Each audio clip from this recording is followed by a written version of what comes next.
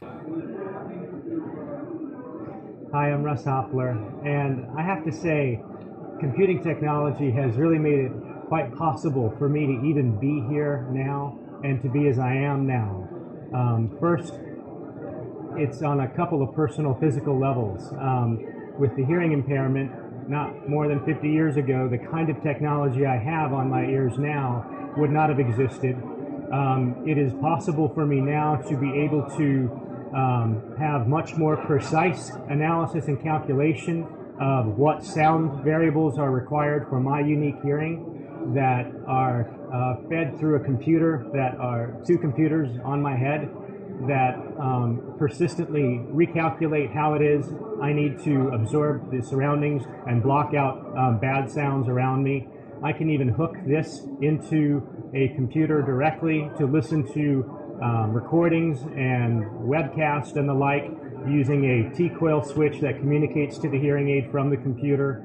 I have other Bluetooth devices that communicate from sound systems of various types, including a cell phone, that enable me to hear things that I wouldn't have been able to do before. And all of these are innovations that have happened in the last 50 years that have allowed me to really be functional in the workplace today and in normal life. Beyond that, I was also a recipient of a kidney donation.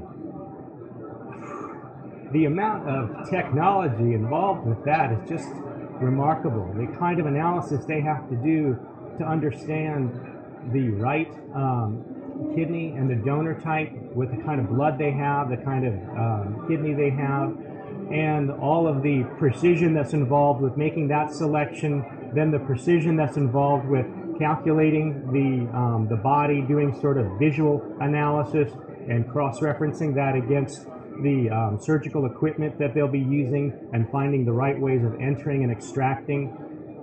And I was able to receive a live donor, and for me that was quite valuable because it will hopefully endure a much longer lasting result for me.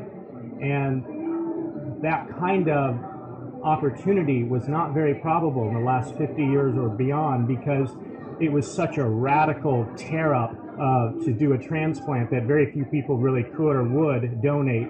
And now it's become routine. It's just like a factory process. The donors have zero concern over their risk because they know they can be in and out in a few days and have about a few weeks recovery and could pretty much be in a fairly normal state afterward.